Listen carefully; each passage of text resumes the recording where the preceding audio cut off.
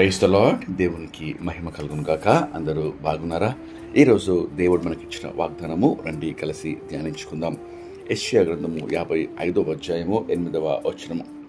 నా తలంపులు మీ తలంపుల వంటివి కావు, మీ త్రోవలు నా త్రోవల వంటివి కావు. ఇదే యెహోవా వాక్కు. ఆకాశంలో భూమికి పైన ఎంత ఎత్తుగా ఉన్నవో మీ మార్గముల కంటే నా మార్గములు, మీ తలంపుల కంటే నా తలంపులు అంత ఎత్తుగా ఉన్నవి. ప్రియమైన దేవుని బిడ్డలారా, నీ పట్ల నా పట్ల దేవుని ఉద్దేశములు, దేవుని తలంపులు, ఎత్తైన దేవుని ప్రణాళికలు వాక్యంలో ఈరోజు దేవుడు మనకు వాగ్దానం చేస్తున్నాడు. నిజమే, అనేక సార్లు మన సొంత తలంపులతో, సొంత ఆలోచనలతో పరిగెడుతూ ఉంటాం. సామెతలు 14:12లో స్పష్టంగా దేవుని వాక్యం ఈ రీతిగా రాయబడి ఉన్నది.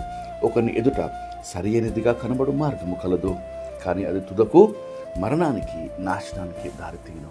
నిజమే, మన సొంత ఆలోచనలు, సొంత తలంపులు, మనము తీసుకునే నిర్ణయాలు అవి సరైనవి కాకపోవచ్చు.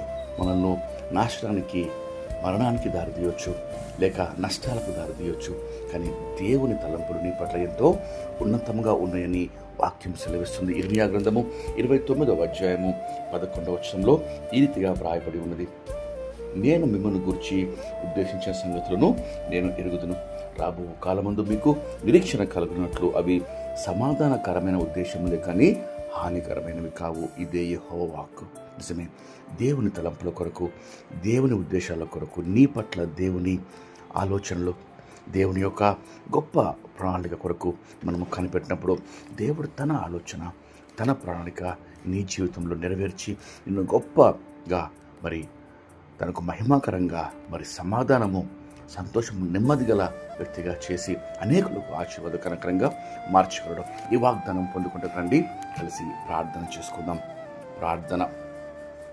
మహాపరిశుద్ధమైన మా ప్రియమైన పరలోకపు తండ్రి, మీరు ఇచ్చిన శ్రేష్టమైన వాగ్దానంకై మీకు ఎంతో స్తోత్రం చెల్లిస్తున్నామయ్యా.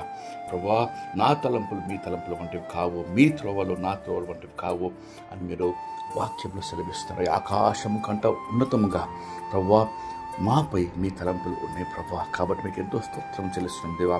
మీ తలంపులు ఎరుగుటకు, మీ ఆలోచనలో మా పట్ల మేము తెలుసుకుంటకు మాకు జ్ఞాన హృదయము దయచేయమని వేడుకొచ్చున్నాం దేవా. తల వంచి మీ ప్రణాళికకు మేము లోబడి మీ ఉద్దేశం నెరవేర్చుటకు తండ్రి మాకు మీ కృప అనుగ్రహించమని వేడుకొచ్చు.